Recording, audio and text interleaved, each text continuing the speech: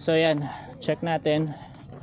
Nakailan na tayo. Hindi pa to umabot ng 4.5 siguro. Sakit talaga ng paa. Hirap.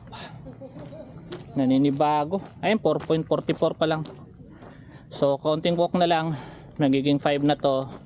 Then pahinga na lang tayo para solid yung takbo natin or yung walking natin. Kasi kapag pinilit natin to, baka ano pang mangyari sa paa ko, di ba?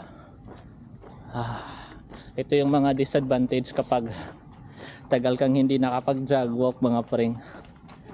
So later, pahinga muna tayo ngayon, tabi-tabi po. Tapos balik tayo sa Saturday kasi Webes ngayon. Pahinga tayo ng Friday. Saturday balik tayo dito ulit. Magpapapawis na naman. Good evening mga pring.